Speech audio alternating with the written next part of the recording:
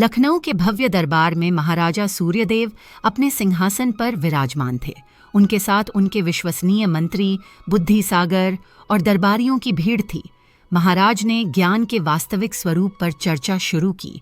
यह जानना चाहा कि क्या ज्ञान केवल पुस्तकों तक सीमित है। विभिन्न विद्वानों ने अपने अपने विचार रखे। किसी ने कहा कि ज्ञान धर्म ग्रंथों में है, तो किसी ने तर्क और चिंतन में, किसी ने विज्ञान की बात की तो व्यापार के गुरों की। हर कोई अपने क्षेत्र के ज्ञान को श्रेष्ठ बता रहा था। जब सब अपनी बात कह चुके तो महाराजा ने बुद्धिसागर से पूछा, बुद्धिसागर, इन सभी बातों को सुनकर तुम क्या कहते हो? ज्ञान का सार क्या है? बुद्धिसागर ने मुस्कुराते हुए कहा, महाराज, ज्ञान एक विशाल नदी की तरह है जो अलग अलग स्रोतों से बहती है।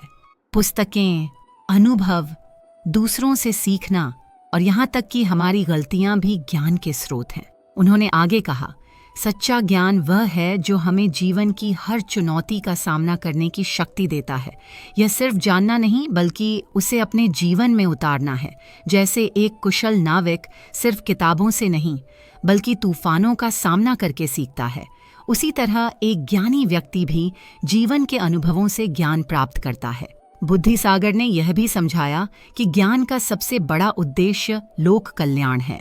जो ज्ञान हमें दूसरों के प्रति सहानुभूति रखना सिखाए और समाज को बेहतर बनाने में मदद करे, वही सच्चा ज्ञान है। महाराजा सूर्यदेव बुद्धिसागर के उत्तर से बहुत प्रभावित हुए। उन्होंने कहा, तुमने मेरी आंखें खोल दी बुद्धिसागर। मैं समझ गया कि ज्ञान की कोई सीमा नहीं है और हमें हर स्रोत से ज्ञान प्राप्त करना चाहिए। इस सभा ने दरबार में उपस्थित सभी लोगों को ज्ञान के एक नए और गहरे अर्थ से परिचित कराया। वे समझ गए कि ज्ञान केवल दिमाग की खुराक नहीं बल्कि दिल की रोशनी भी है।